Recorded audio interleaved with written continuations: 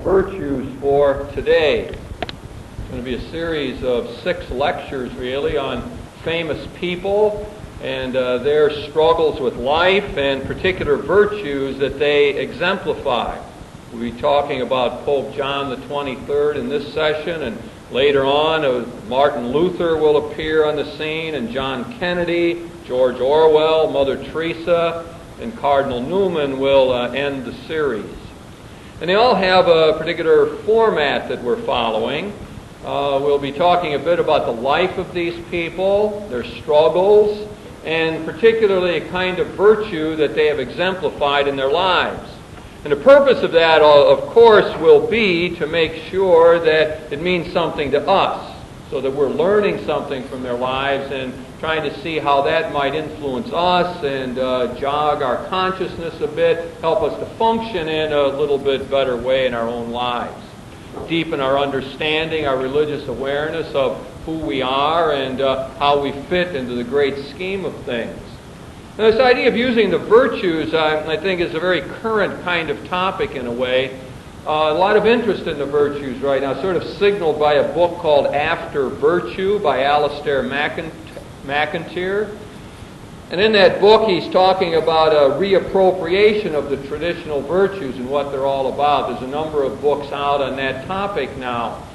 And I think that it's a very helpful thing, because when we start to look at ourselves, who we are and how we function, it seems important to be able to identify patterns in our lives. We can take individual sins or individual good acts that we do, but it seems better to try to discern the patterns in our lives, those that are destructive, and on the other hand, those that are constructive and help us to be better people, to impact our society, and so on. So when we begin to talk about virtues, then we're talking about habits, about sort of natural ways of acting, of responding to the world. Impulses from within us that enable us to respond in a constructive way to our society and to the demands made upon us. When we begin talking about the virtues, though, it seems important to root them in something bigger, in something we'll call our personal story. Because a person doesn't just have a virtue that appears now and then. It makes sense in the light of the whole progression of their lives, the developmental process that's gone on, in the response to sort of the general question, well, who am I? So we are all authoring a story just by the very decisions we make in life, by who we are. And so in that way, we place the virtue in the life story. But I think there's even a broader way of looking at that. Is you take an individual personal story and you have to say, well, is that really a good one or not? Why do we say this guy's life story is a good one, or she has exemplified virtue? We need some standards for doing that. You've got to have some criteria to use to say, well, why is that virtue? Why do we say that's good? And therefore, that brings in the whole community side of it.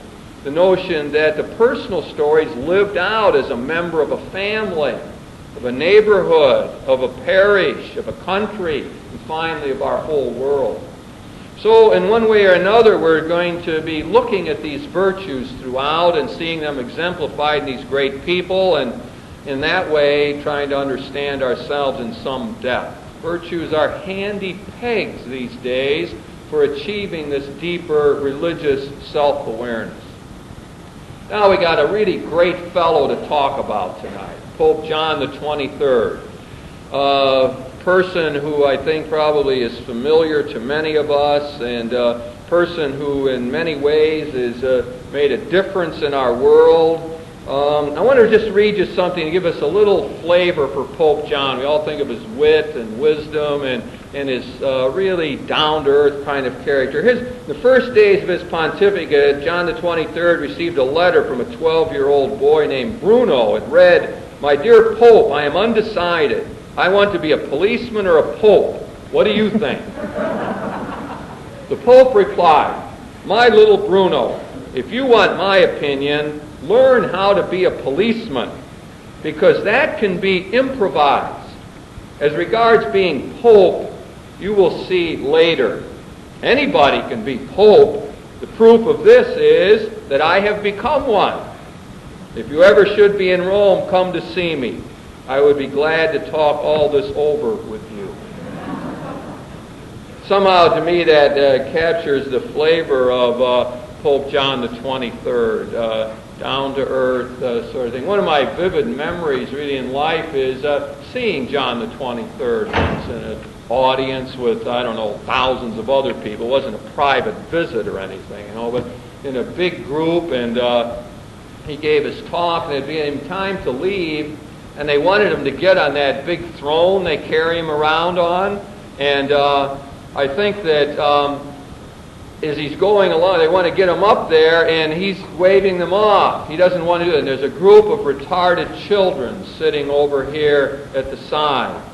Pope John walks over to them. I wasn't far away at this point. Comes down, begins to talk to them, blesses them, holds them. A really touching kind of moment. It really brought out, I think, the great humanity of this particular pope. Part of his genius, part of the reason he made such an impact on this world of ours. Now I want to look at Pope John in terms of his interest in church reform and this virtue of zeal. Zeal for the church, zeal for the well-being of the whole Christian community and really the whole world. And Pope John's whole life was really bound up with the church. He was baptized into a Catholic family. He learned his prayers from his mother as he went along. By the age of 11, he was already in the seminary, saying all his life he had wanted to be a priest. He never really wanted anything else in his life except to be a priest. And so 11 years old, he's in the seminary, and his whole psyche was formed by the church. All of his thoughts revolved around the rhythm of the church year and around the saints. Those are all the metaphors and images that really made a difference to him. You can see it in that great book, The Journal of a Soul, that is his autobiography, a diary he kept as he went along. And in there you see this constant reference to the church in one way or another. Spent all of his life with the church, really. He was ordained a priest, and then he functioned as a bishop's secretary for many years, working with him. He was taught in the seminary. Didn't teach like in a secular university someplace, but in a seminary. Spent many years as a delegate of the Pope to different countries in Bulgaria, and in Turkey and Greece, and then in France. Then he became finally a sort of pastor or patriarch of Venice, functioned as he said, for the first time as a real bishop there. And then, of course, he becomes pope and has this worldwide concern for the church. And so all of his life is just dominated by the church in this way, just filled up with that, all of his breathing and waking. Zeal for the church, love for the church. After he became pope, he once said this, I quote you, "Since the Lord chose me, unworthy as I am, for this great service," that is, to be the pope, "I feel I have no longer any special ties in this life. No family," although his family was still alive and he was very close to them, loved them deeply and dearly. "No family, no particular country or nation, nor any particular preferences with regard to studies or projects, even good ones, or even a detachment from the ordinary ambitions and successes of life. Now more than ever I see myself only as the humble and unworthy servant of God and servant of the servants of God." In other words, a servant of all of the members of the church, the worldwide church. It sort of, I think, represents John's great love for the church, his total dedication to it. No ties anymore, he says. No other projects, just consumed with this whole zeal for the church.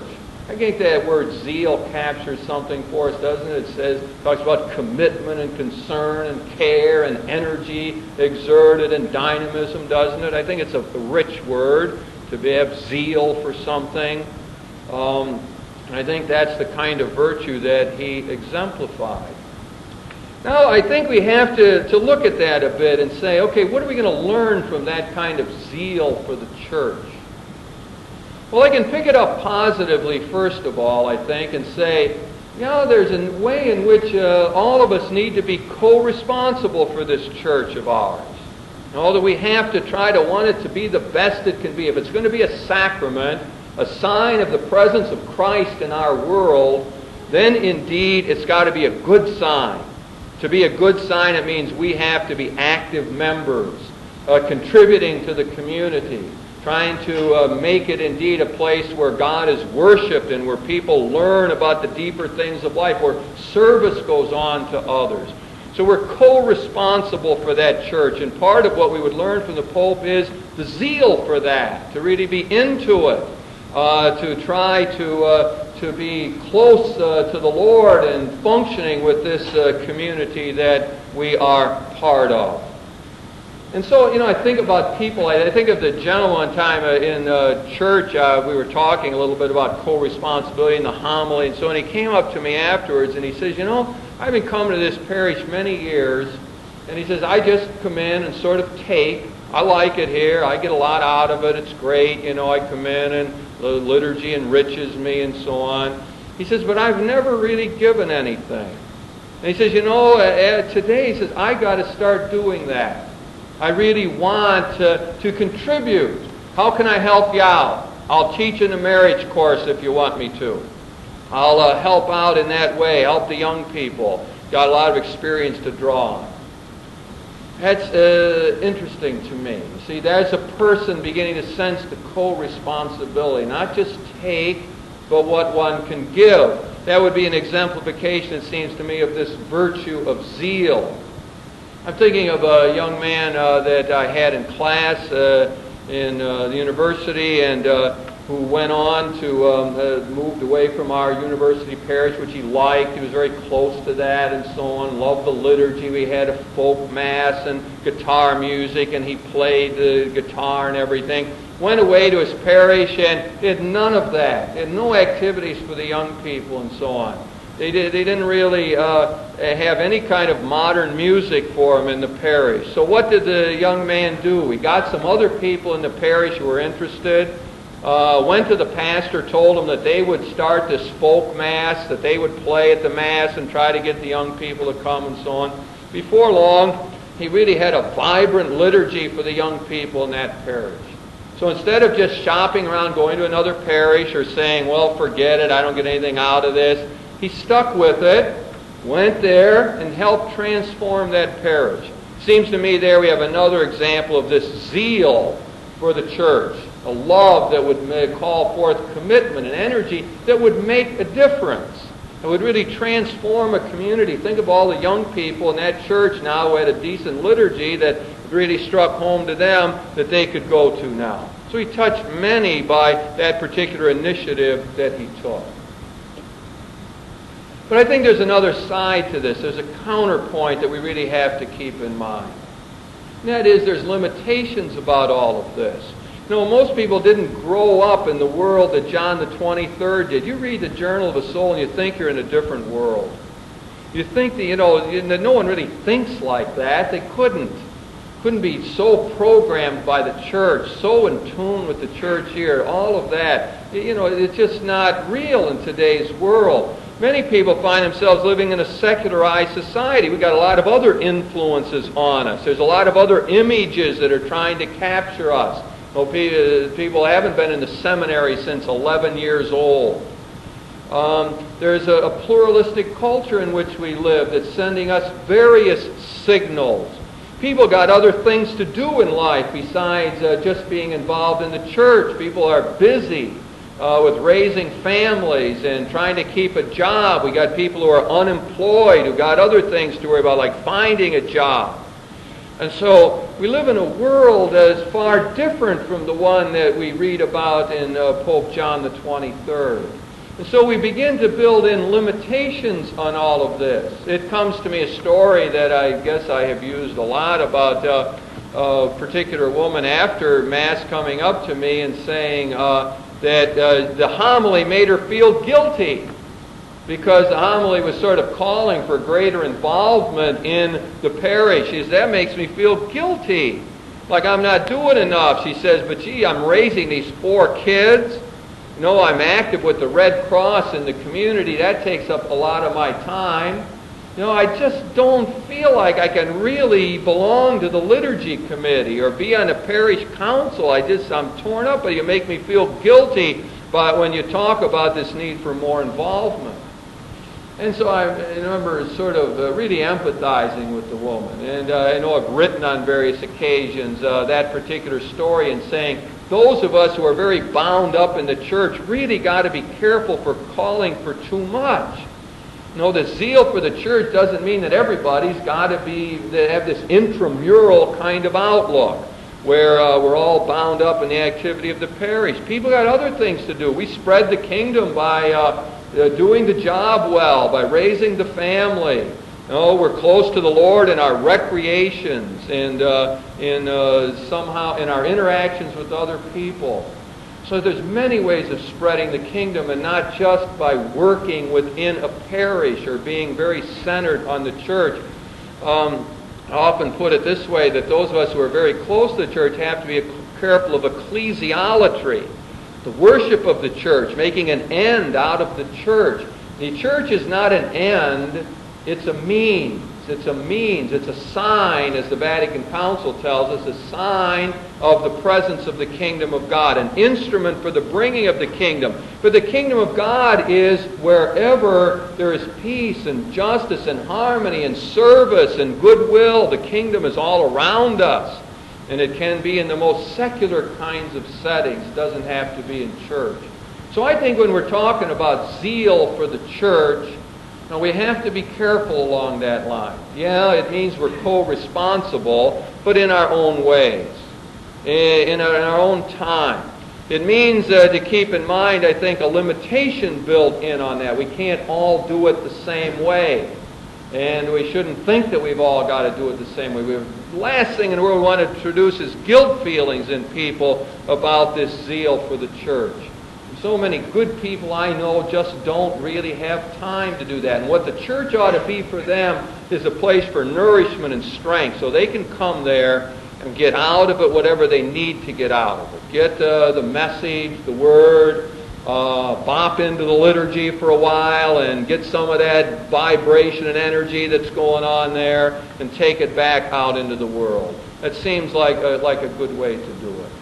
So the first point that I want to get out of Pope John is something about the general love for the church, the zeal for the church, something that really touches our consciousness in two ways, I think. One, it says to some of us, boy, I got to do more, ought to be involved, I got time and energy to contribute, I could do something worthwhile. And for some other people, I think it's telling us on this occasion, cool it, it's all right. Do your thing at your own place. Be comfortable with that. Don't let anybody around make you feel guilty in that regard, but feel that you take the Lord with you as you move into the world and try to spread the kingdom there. What I'd like to do now is to take a couple-minute break and invite people to talk to the person next to you just for a minute or so, and talk a bit about this first point that I tried to make. And maybe you want to say which way it cuts for you. Is it saying more involvement or being more at ease with what I am doing in my life now? Now to the second point that we might try to get out of Pope John the 23rd as we look at this whole question of zeal for church reform. Let me just paint for you a little scene in the life of Pope John, really a series of things. He was a very open-minded person and so on. There came a time when Nikita Khrushchev's daughter and son-in-law, good communists, wanted to see him. And I guess it was debated among his advisors whether that should be allowed or not, but he went ahead to see them anyway. And they had an amiable kind of visit, talked in a very friendly way, and so on. But afterwards, he was tremendously criticized for that. It was claimed that he was helping the communists out in Italy in the elections and in their move towards greater political power. He was called at that time the Red Pope because he had done this, accused of being soft on the commies. really put down. It hurt him very deeply. Khrushchev didn't forget that. On the Pope's 80th birthday, Nikita Khrushchev sent him a very warm birthday greeting, so on, which the Pope appreciated. Later on, when we moved into the Cuban Missile Crisis, remember we're in 1962 now, and when October, November area, and we were in an impasse, Kennedy and Khrushchev. Well, Kennedy got the idea that maybe the Pope could somehow be helpful in this. And he got the editor of the Saturday Review, Norman Cousins, to make an overture to some Russian people who were in a meeting he was at, and to a priest there to get in touch with the Vatican to see indeed if Khrushchev might be open to the Pope saying something, and if the Pope indeed would make a statement. Which indeed the communications all went on, and indeed the Pope did make a statement saying something like that he would look favorably, and the Church would look favorably, on any person who would put the peace of the world and the safety of mankind above any kind of narrow nationalism. Evidently that was meant as a sort of coded message to Khrushchev to get the point across. As we know, a couple days later, I think the Pope made that statement on, my dates are getting ready, October 26th, and I think it was on October 28th that the ships turned back and we averted the crisis. Now, I don't think anyone's claiming that the Pope, single-handedly saved us from war in that case, but he certainly did play a role in all of that. He, at that point, gave to someone who was going to see Khrushchev, I think it was Norman Cousins who was going to Russia, he just handed him a medallion and said, you ought to give this to anyone you really care to, a special kind of person. And Cousins got the message and took it to Khrushchev. The story that's told is that Khrushchev kept it on his desk, and that when people would come in, they would ask about it, and he would just like to toss out the little line, oh yeah, that happens to be a medal from the Pope. Well, we have a whole series of events there. One doesn't know quite how much to make of that in terms of the overall story or the impact, but it is typical of another point that I want to make about this question of zeal. And I'll say it under this heading, that zeal needs to be tempered with mercy and with understanding. The Pope said on one occasion, we see, in fact, as one age succeeds another, that the opinions of men follow one another and exclude one another.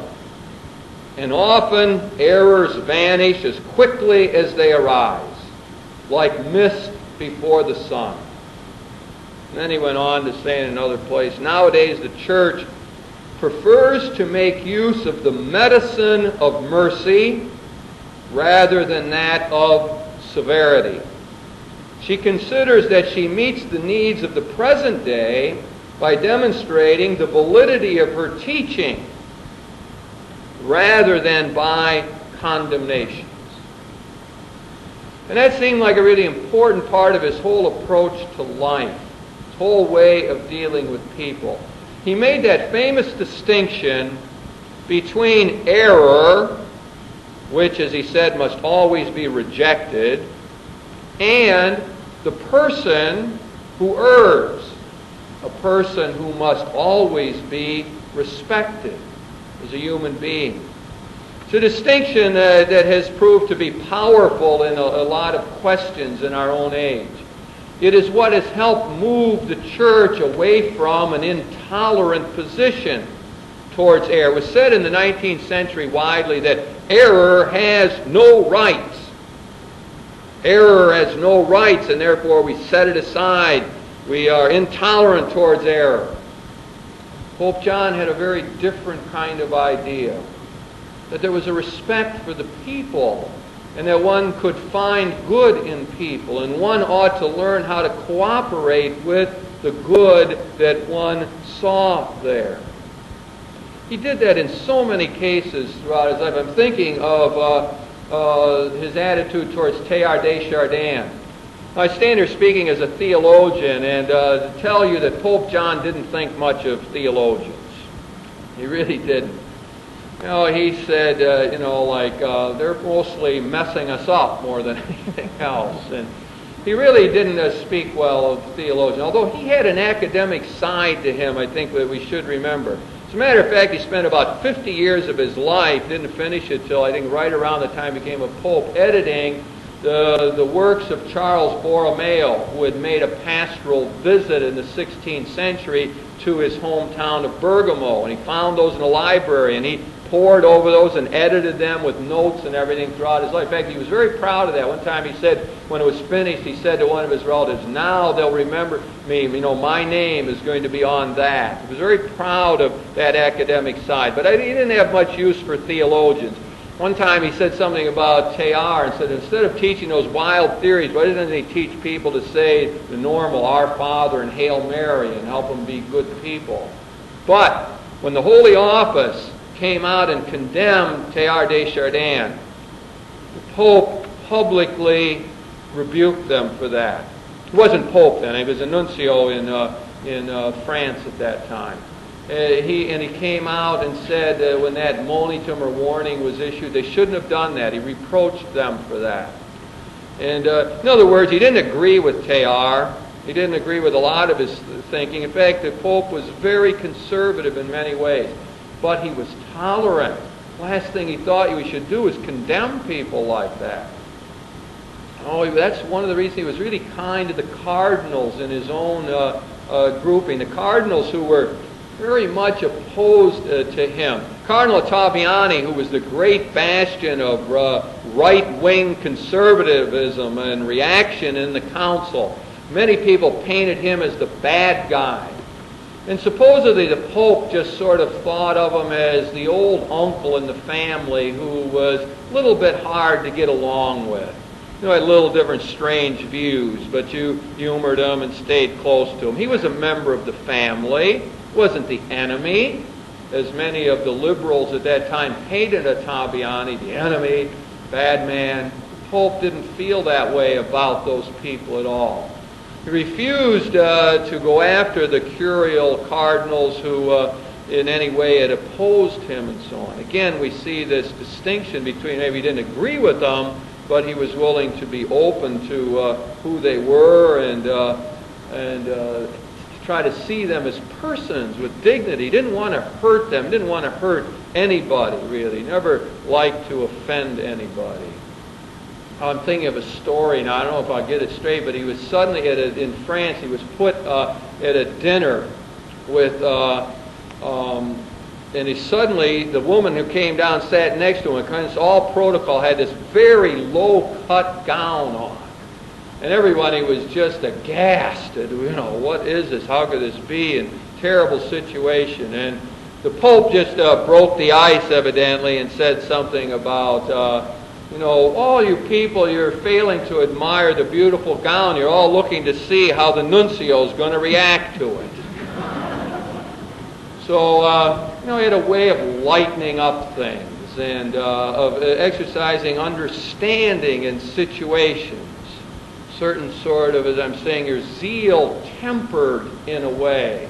We don't get this firebrand who's going to brook no opposition and going to make sure he's going to cram it down everybody's throat. Nothing like that. Sort of an easygoing affability. Not a weak man at all, a man who stood up for things.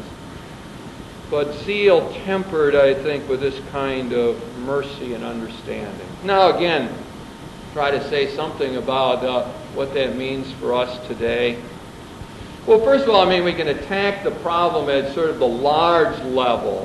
The Hans Kung case is a good example of today. As we know, Hans Kung is under attack very often from the officials in Rome. He's been called to Rome and not able to teach in the Catholic faculty at Tübingen and so on.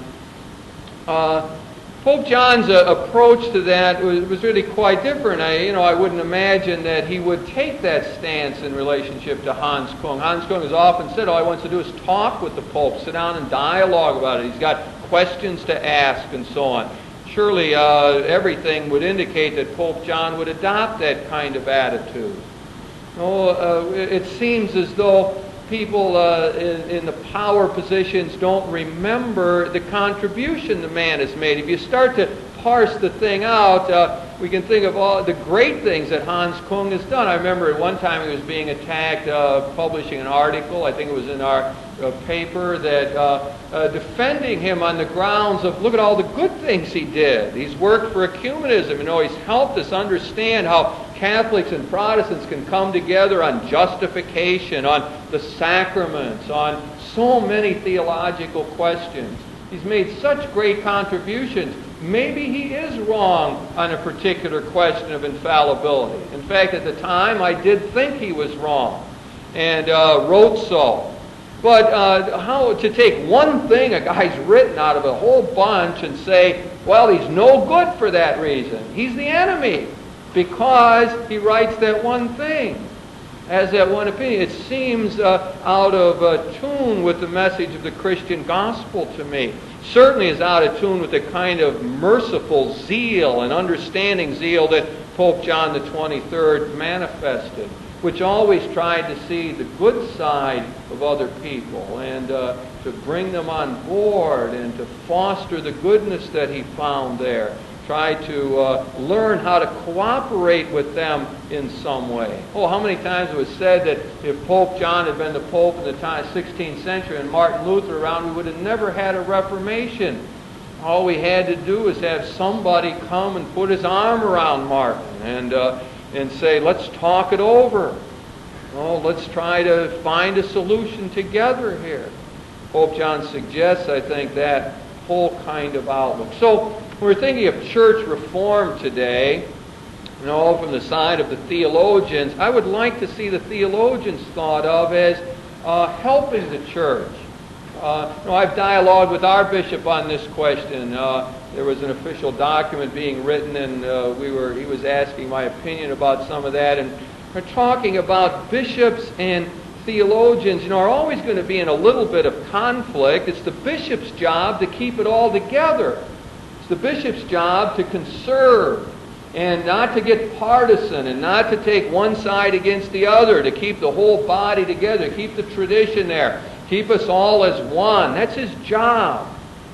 The theologian's job is to be thinking at the cutting edge, to be trying to figure out how to make the message relevant for today. The theologian has to take chances, has to be, unless you're just parroting what someone else said.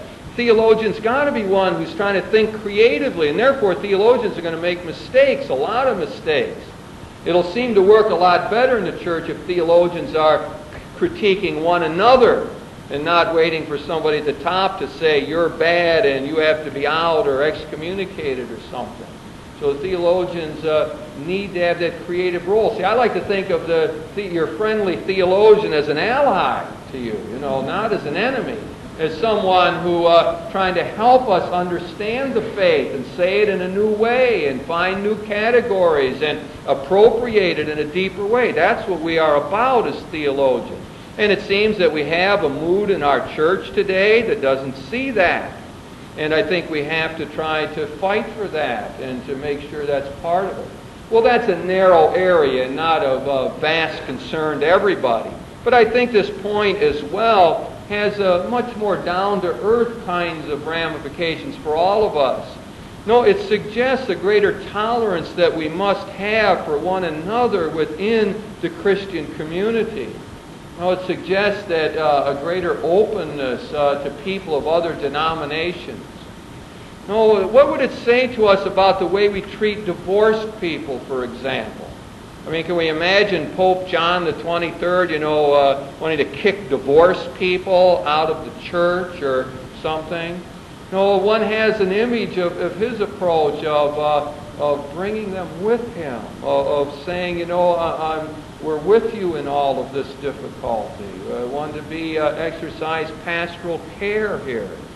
We think of all of the marginalized groups, the gay community in our midst. Just talking to a priest tonight, he said, they allow a gay group to meet in their parish and get nothing but flack about it. He's gotten more adverse reactions to that than anything else that they do. As though that the homosexual group meeting there somehow contaminates the parish.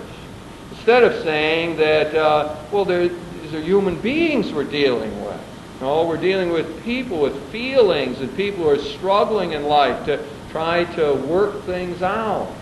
And this zeal that we're talking about here that's tempered with understanding would move in that direction, a welcoming, hospitable kind of approach to dealing with all the people who are different. And so we probably could sort of name various groups and say, how open are we to those particular individuals? And I think that, I'm thinking back to the CFM days, Christian Family Movement. We used to meet together in homes and talk about the Scriptures and what it meant for everyday life and so on. Marvelous kind of movement.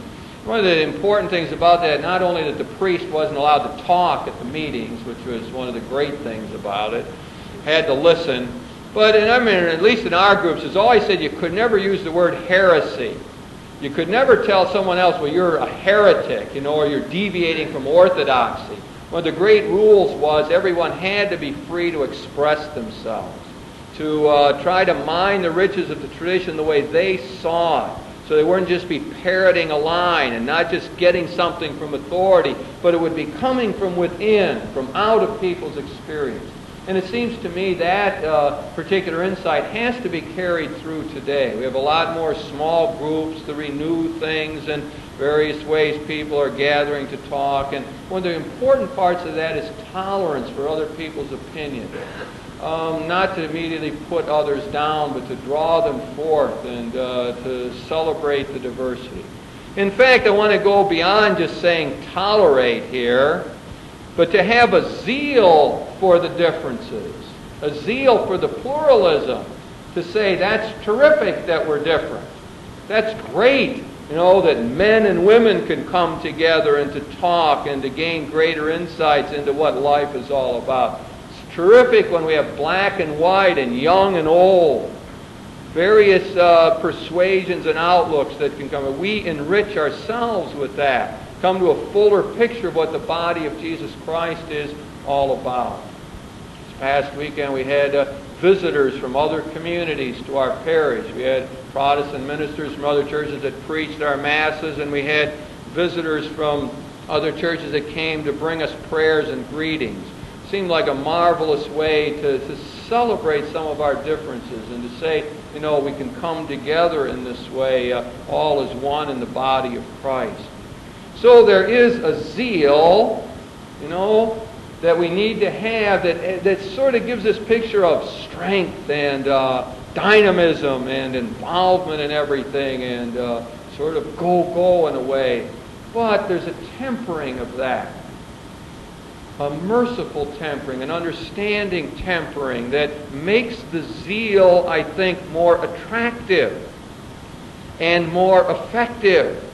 Pope John always felt that more good things would happen, not through condemnations, as he said, but by just putting one's own person in front of others, just being there, just saying our own convictions, not pushing it down people's throats and allowing that to happen and to work, and just believing deep down, trusting in the Lord that some good things would happen from that.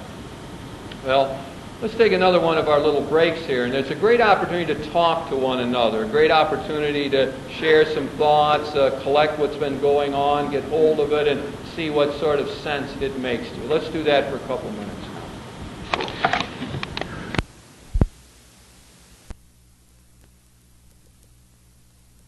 Another side of this whole thing here with Pope John.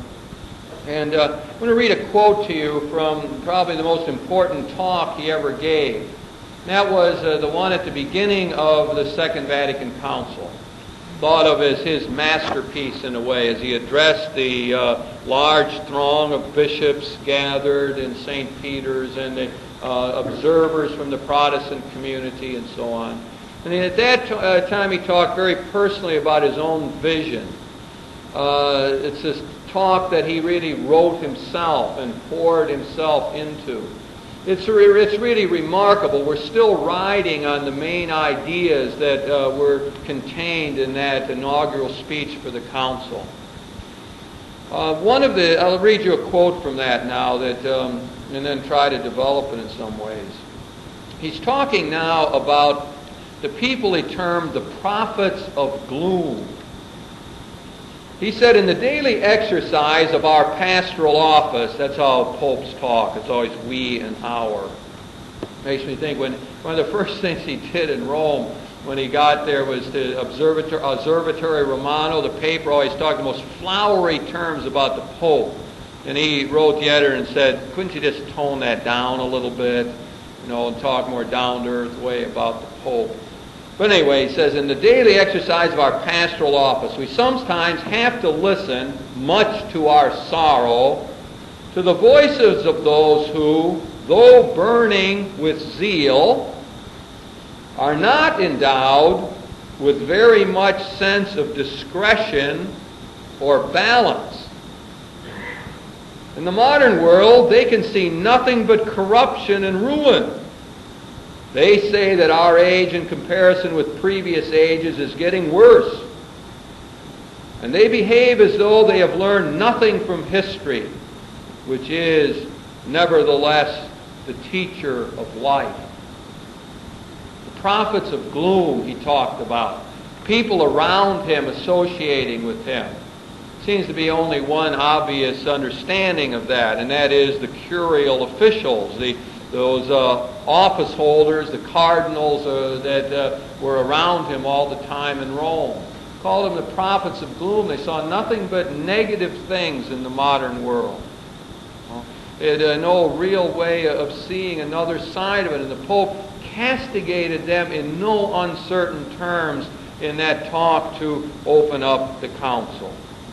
But really, and he was talking there's a whole history behind that. The Pope was really under the shadow for a long time in the minds of the Curia, often when he really didn't know it.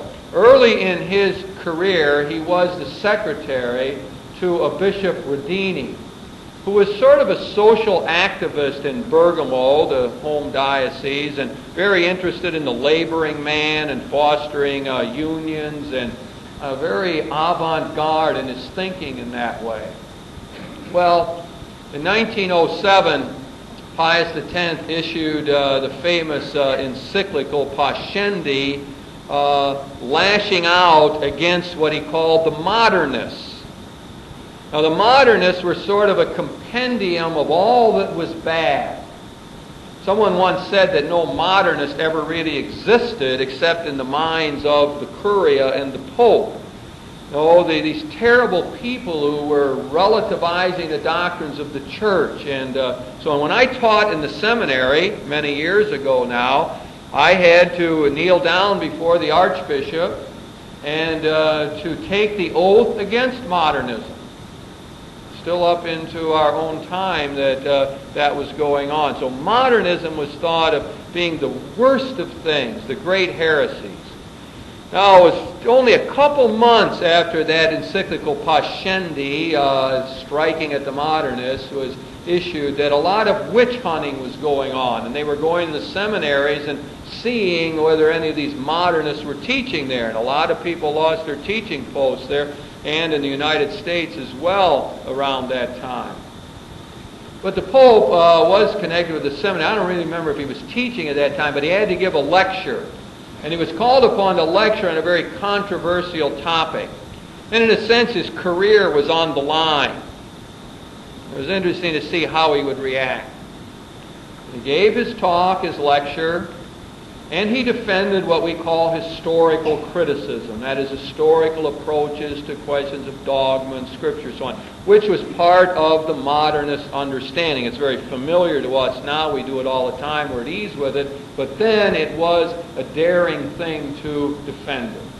He tried to couch it in other ways and show that great people before had already done that and so on. But he did put his career on the line in a way. And sure enough, that was picked up, as we'll find out later on in this story. But he was always sort of under a cloud with the Curia, in thinking that he was getting too modern and too contemporary in his thinking.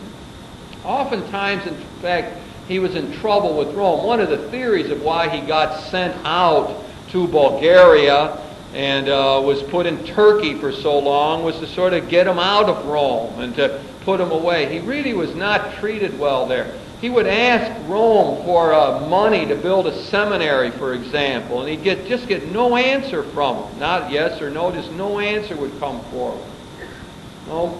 There was one time when he really got in a lot of trouble with Pius XI in Bulgaria. Really quite a long story. I don't know how much to go into it here, but briefly, King Boris married a Catholic daughter of Victor Emmanuel from Italy.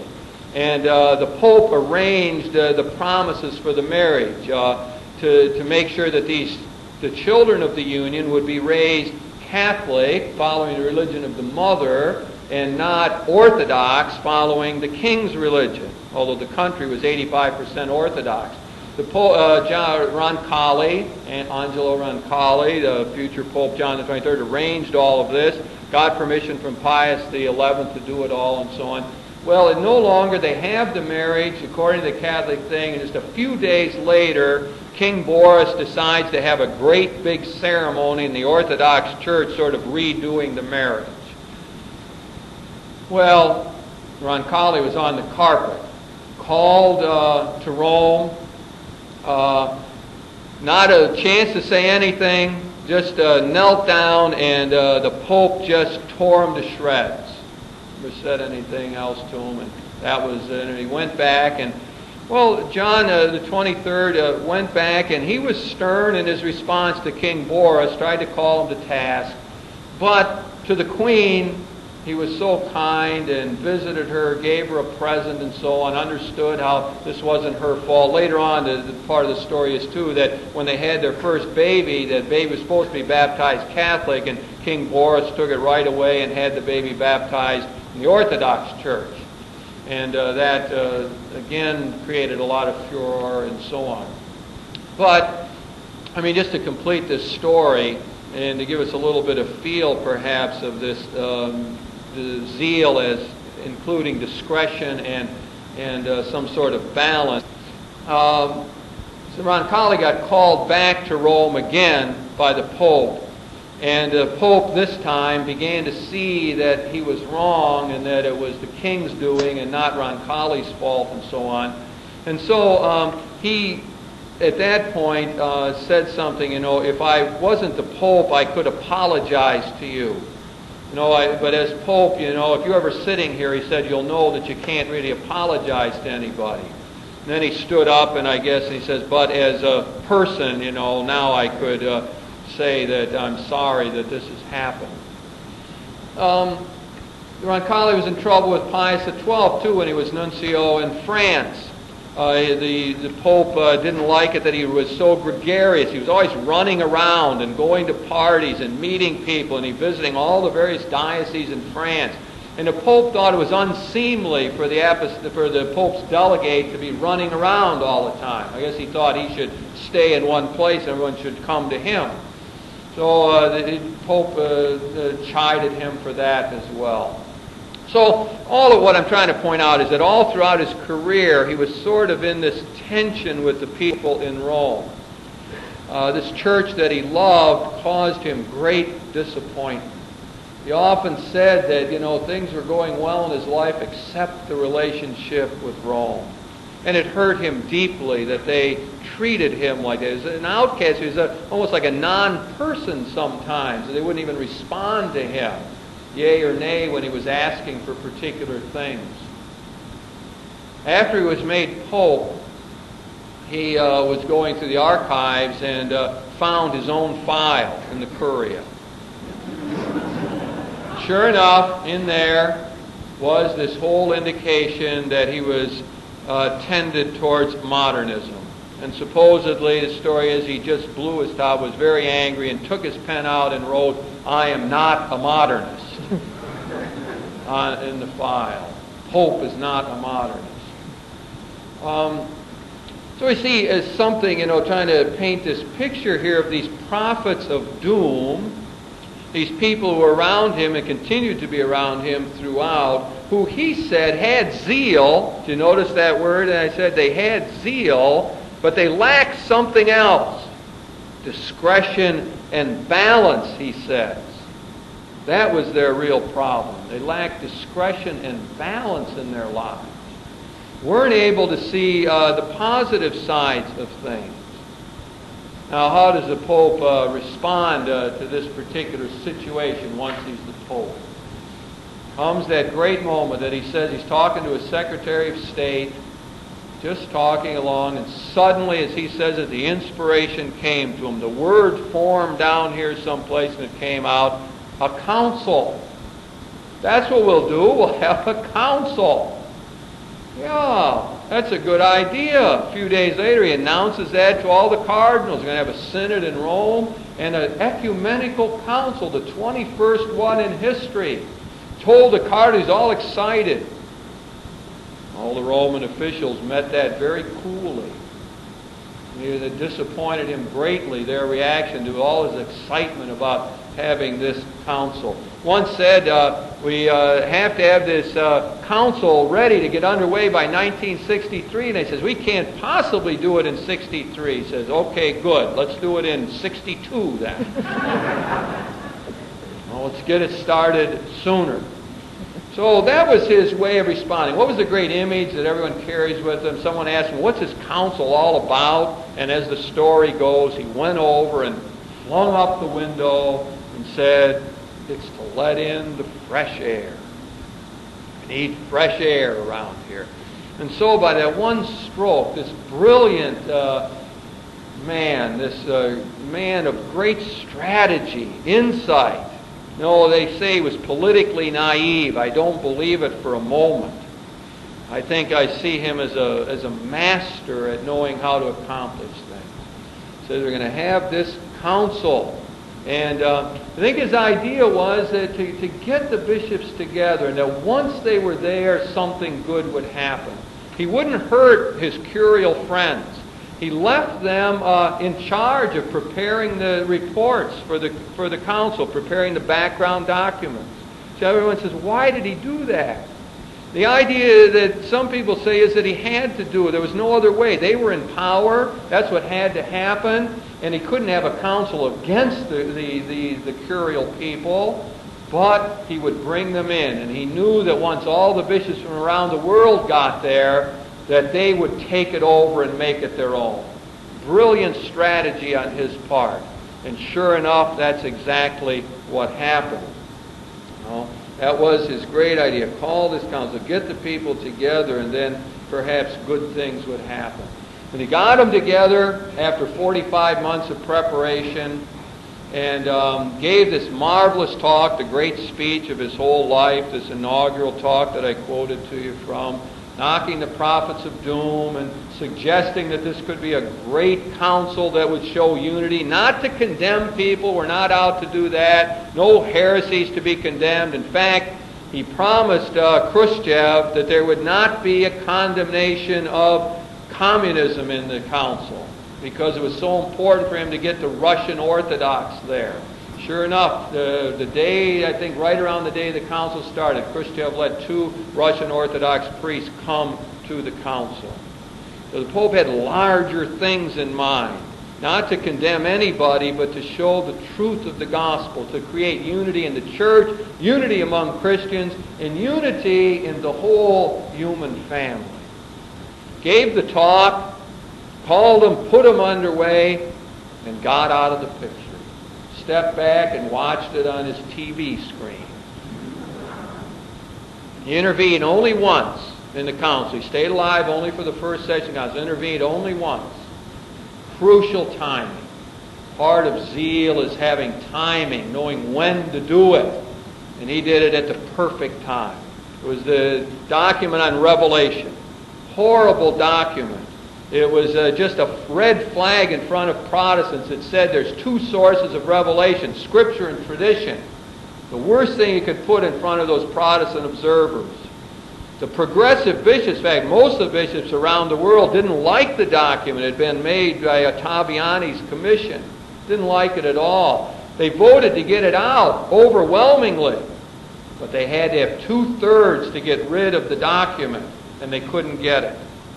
They're sitting there with this document no one wants. Under the rules of the council, can't get rid of it. And what does the Pope do? The only intervention of the council. He steps in at that crucial time with zeal for the well-being of the church and for the reform of the church, and says, we'll start over.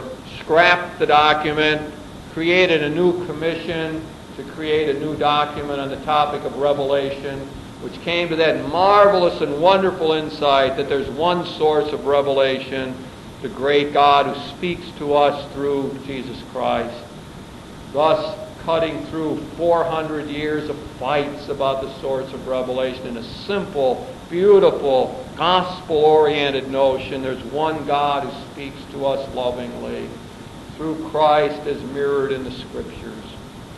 Well, the Pope, great timing in all of this, great ability to cut through and to make it happen. His zeal enabled the council to move forward. And so when he was on his deathbed, he was so worried that the council would somehow fail and run out of gas and not carry on. It was his great prayer that it would continue. Went to his death with that notion repeated over and over, that they may be one, the prayer of Jesus, that they may be one. That was what he kept thinking all the way through. Okay, what are we going to say about all of this? A zeal that would have as part of it discretion and balance. My language, it means keeping perspective as we would try to reform the church. Keeping perspective. I think in some ways, as we think of the young people today and the problems that are in the world, the live options they have, we have to realize that a certain number of the young people are simply not going to stay with the Catholic heritage that many of us in the room treasure, or the Christian heritage that is our common patrimony. Because of the modern world, because of various options and pressures, some of the offspring simply are not going to go in that direction. More and more, to be a member of the church is going to be a free choice. Not because one's parents wants it, not because it's socially acceptable, but only because a person says, that's good for me, that fits, that's part of who I am and what I want to be. In that kind of world, the numbers are going to be against us.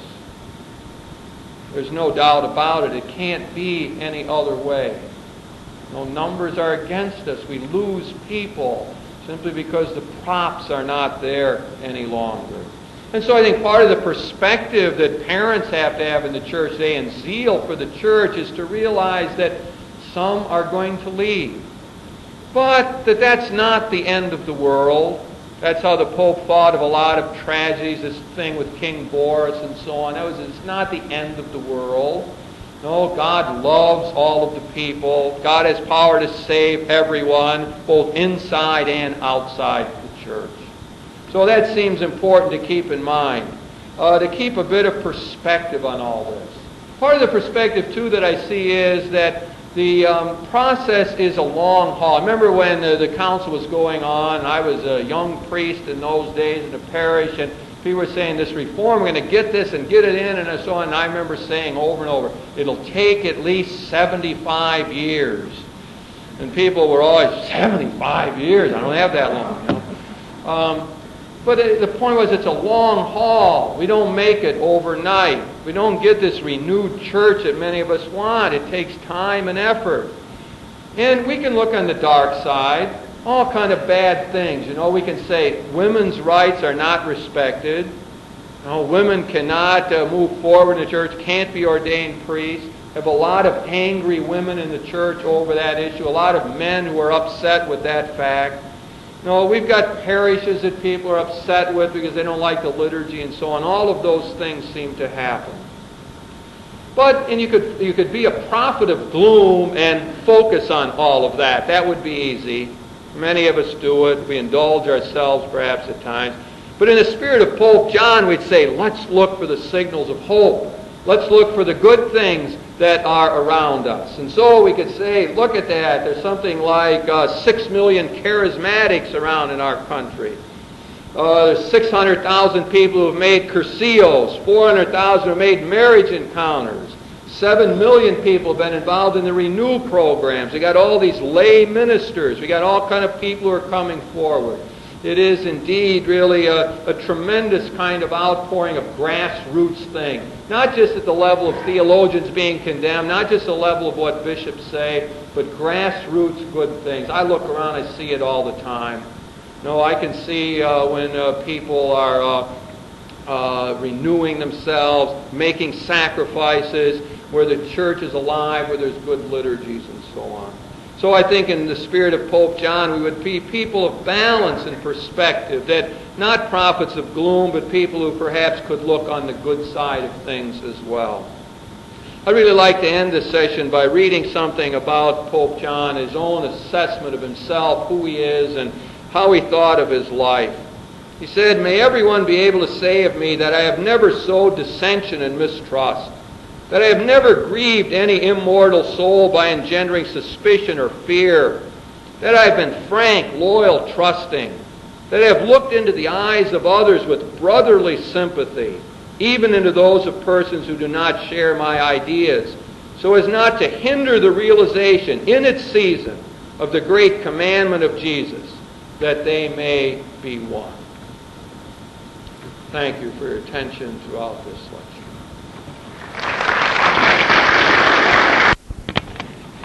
This was just reminding me of one of the stories. The Pope visited a hospital run by the Sisters of the Holy Spirit, and in Rome. So he got there and he went in, and the Mother Superior greeted him, and she said, "Your Holiness, welcome." Says, "I'm the Superior of the Holy Spirit." He says, "That's marvelous. I'm only the Vicar of Jesus Christ."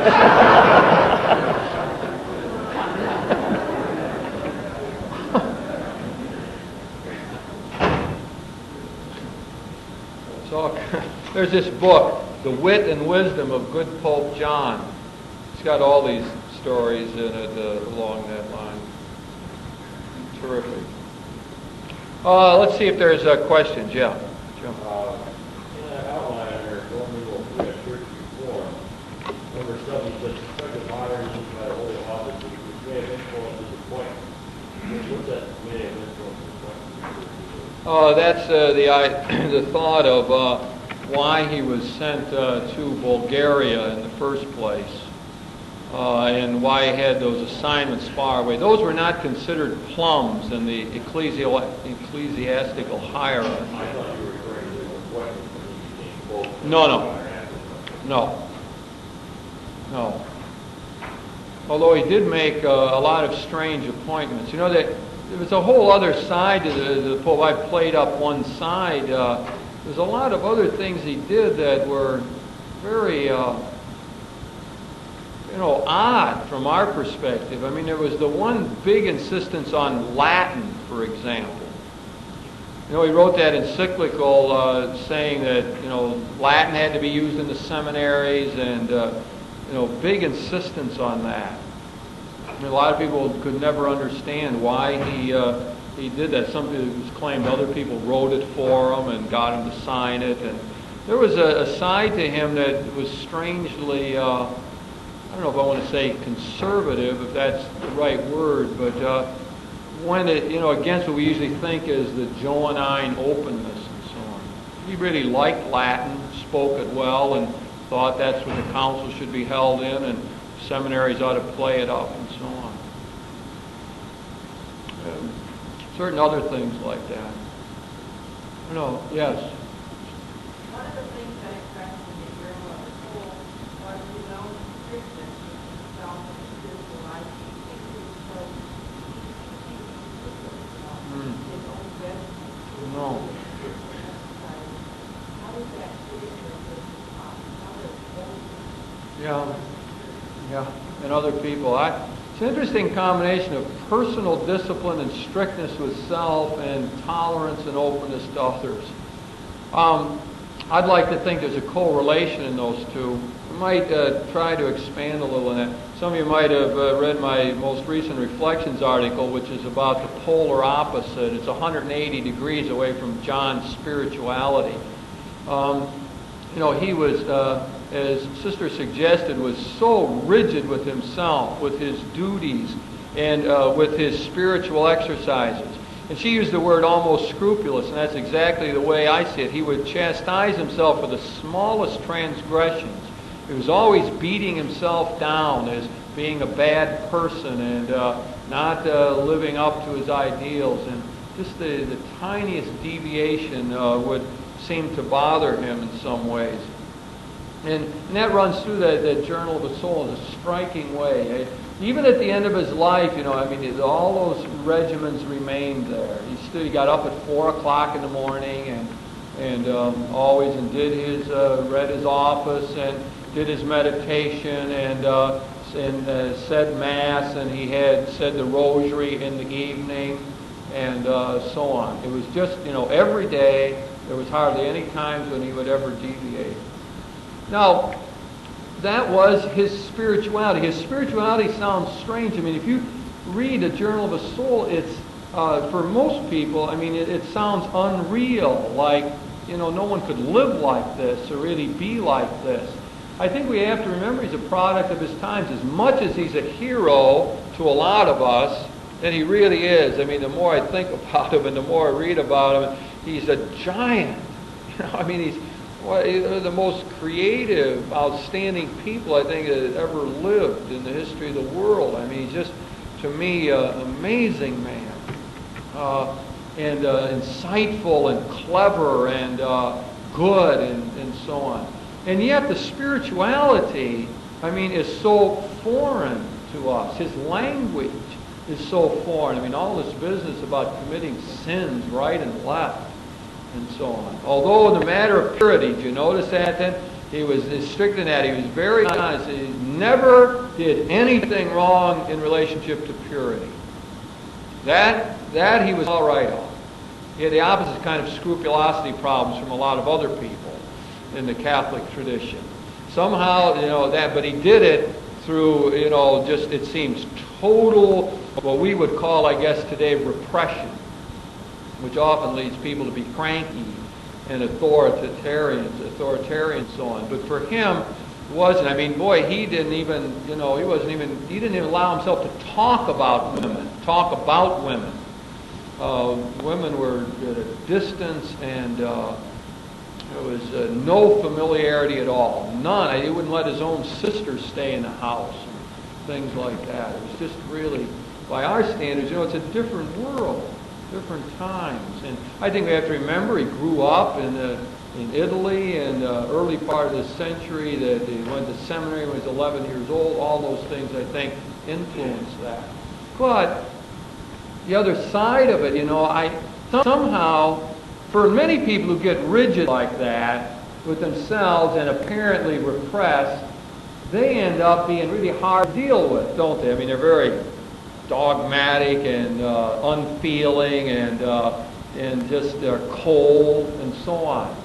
But it seemed, I guess in Freudian terms, we'd like to say sublimated. Somehow all of that came out as care and tenderness and love, and he was really able to interact with people. Oh, I would like to think that spiritual regimen is what helped him or enabled him, that they interacted fruitfully for him. He really was a warm and open and, I think, loving kind of personality. In other words, I think that discipline in the spiritual life can free us. And this goes for today, too. Although our regimen might be a different one, some thinking to the last reflections again, I said I didn't want to put down the idea of regimen because I believe that that's necessary for many of us. And what it does, the regimen creates space for us. If we exercise every day and meditate every day and do our spiritual reading every day, then those are fixed points for us, then I think that frees us somehow to live more spontaneously within that space. What all those exercises do is carve out space so that within that we can be free and spontaneous and let go and interact and be intuitive and all the other things that I think are somehow attractive witnesses of what the gospel's all about. Somehow that worked for him. It went together. I think that many people just can't do that today. In the day of sexual freedom and so on, repression seems to have scar people rather than open them more often. Pope John could pull it off. I don't know, in other words, what I'm saying, I don't know that he's a role model on that particular thing that's really applicable to our time. It's a different culture, different time.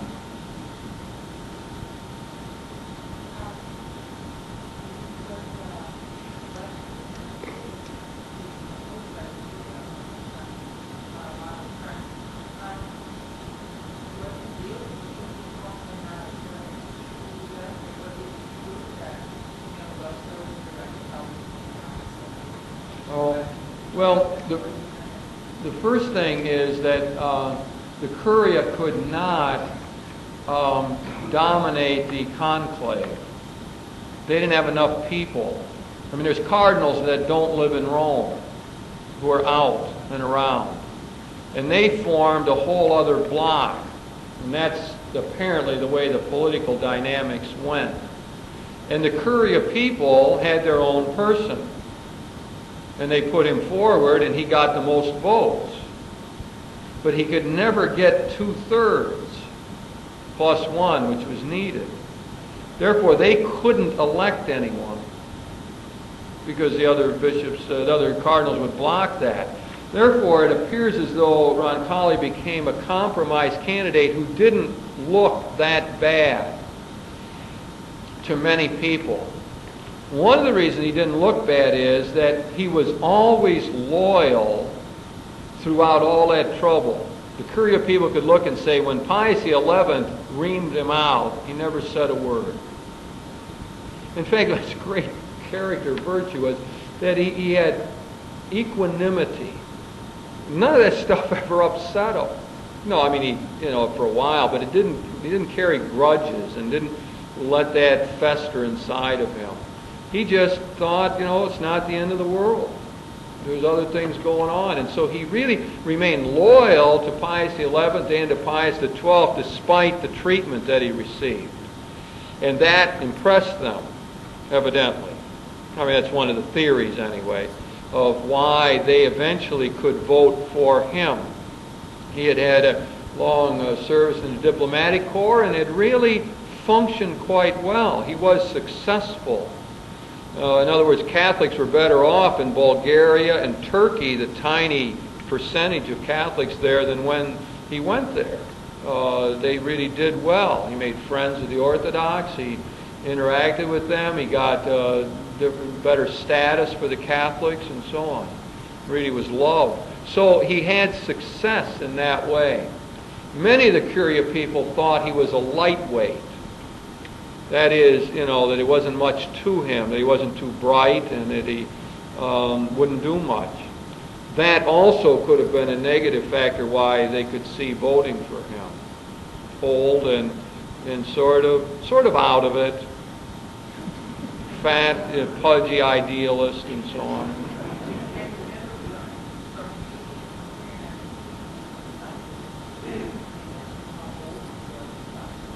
Yeah. Interim pope. That was the common thing at the time. Was you had the two blocks, the more progressive cardinals, and you had the intransigent curia, and those people, couldn't really agree, and neither one could get their own candidate through, and they needed a compromise. And here was one that maybe wouldn't last too long, and that they could then vote again when they had more power, perhaps. One of the thoughts but he had a premonition. There's too many times. I wrote, and I think in the notes, that he had an intimation of greatness. which I find I think it is pretty common. The people, somehow they know they're special. Gandhi was like that. Gandhi knew he was special. And the Pope knew that too. Despite all you read in the Journal of the Soul about humility, he always wanted humility. Pride was his great problem. He was always prideful, wanted to have humility. But there's too many references like, well, geez, if I was ever the Pope, I would do this, that occur. They say when he left Venice before the conclave, his secretary, he left his books there and so on, but the secretary said he lost look around like maybe I won't be back here. In going into the council, he knew that he had a good shot at it. One of the things that he said over and over, his pride was that he did not do anything to try to get this. He could honestly say he in no way was involved in the politicking. He stayed away. All this politicking was going on. He would have nothing to do with it. Stayed outside, and he was proud of that he didn't succumb to that kind of ambition. He really feared pride more than about anything else and strove to be humble. Let me say while I'm on that, and again answering Sister's question about, or comment about his discipline, I really think that he taught himself this equanimity, this calmness in the face of difficulties. Over and over he would get bent out of shape when he was younger, and he would always try to get himself to calm down, talk to himself about staying cool about this, not his words, but that's the idea, stay cool and keep it in perspective. And I think it became a virtue for him. That is second nature. He said later on in his life, he thanks the Lord that staying calm in the midst of all this controversy and so on was just his second nature. But I read the Journal of the Soul as suggesting that he developed that virtue. He worked at it. I don't think he was just like that to begin with. But he learned to calm himself and to not worry so much about all the things that were going on around him, especially the rebukes, hard times people gave him.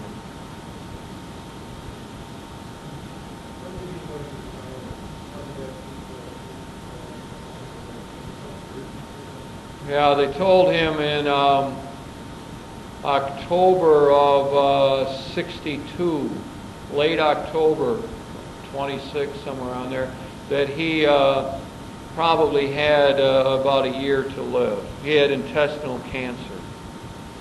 And yes, I think that it did influence a number of things.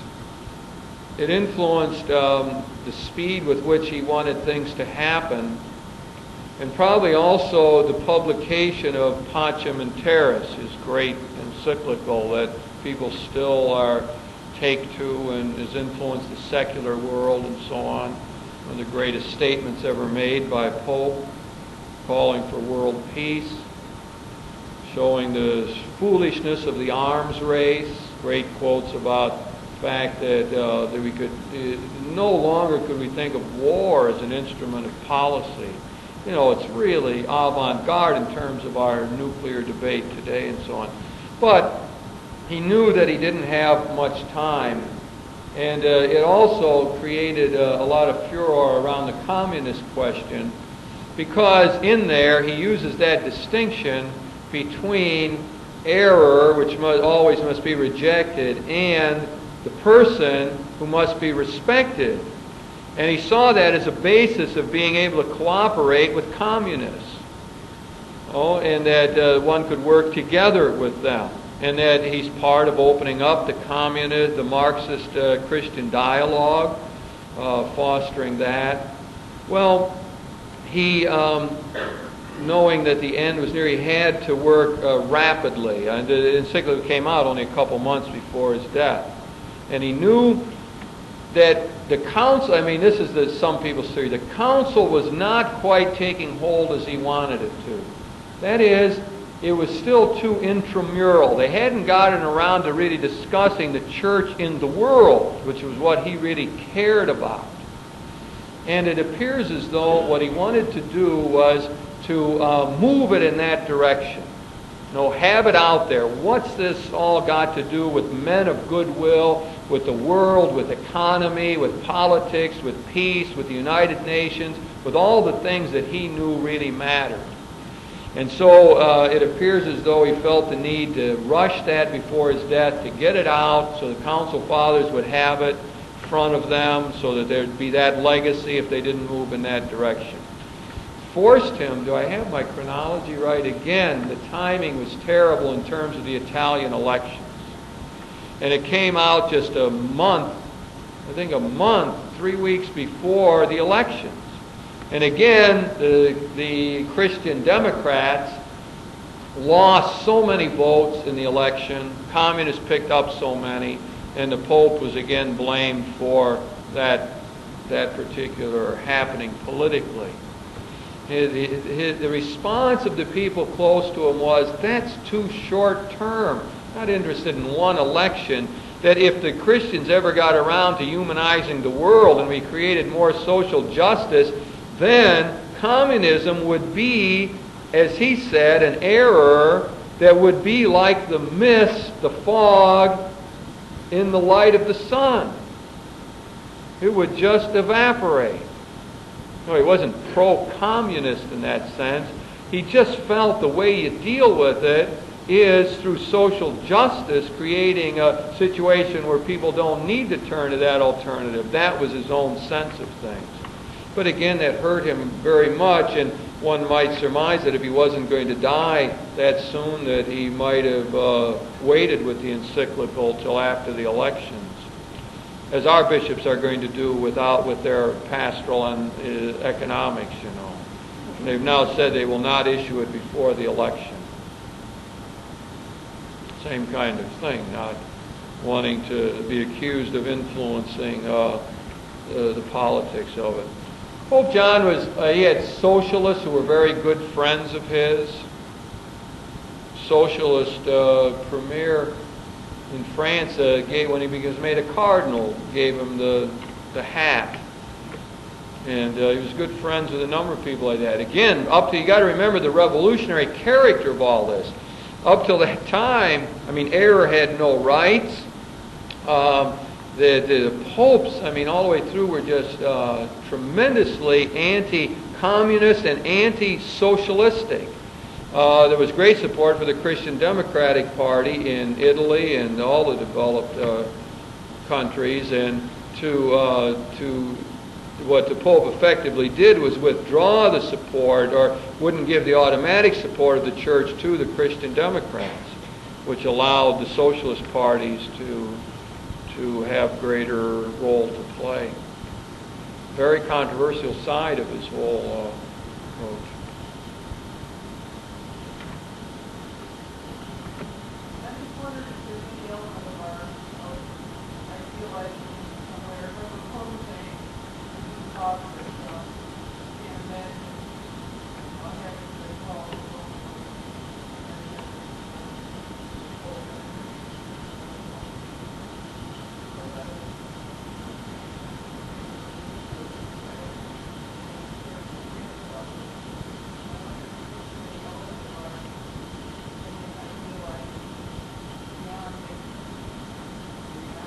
Well, sure, I think it is with any person, especially if he sort of looms as a personal hero.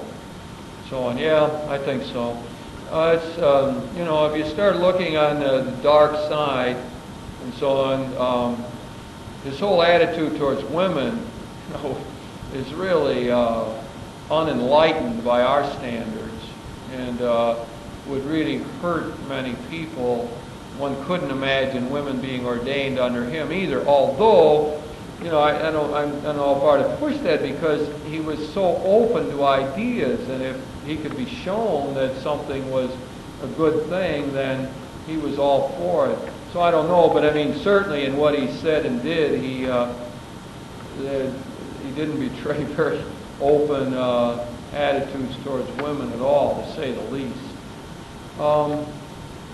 There was,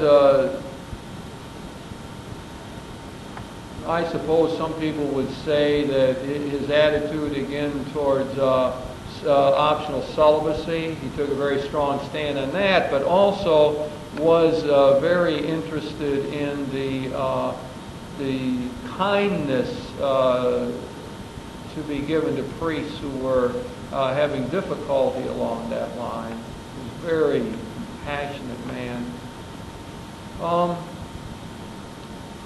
Yeah, maybe he, I use the line, well, if he'd have been around when Luther was around, we wouldn't have had a Reformation. Well, I mean, maybe he couldn't have pulled it off. He had his limits. I'll tell you one that was interesting.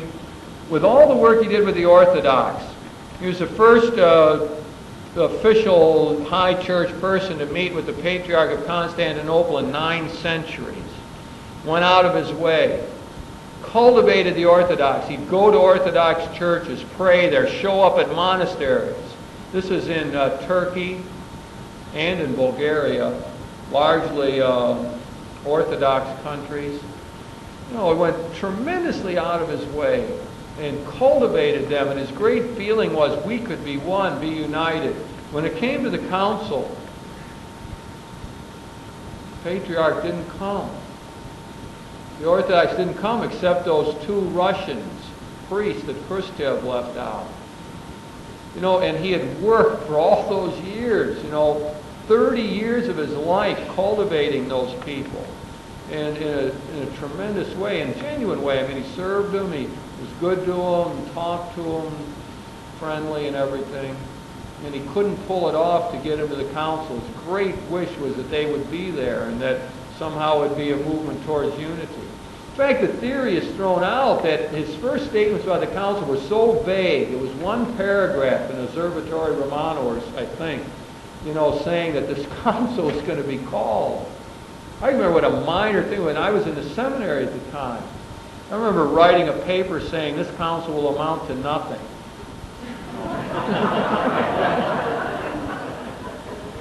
Yeah, right. Like discrediting oneself. Well, and it'll be a rubber stamp. And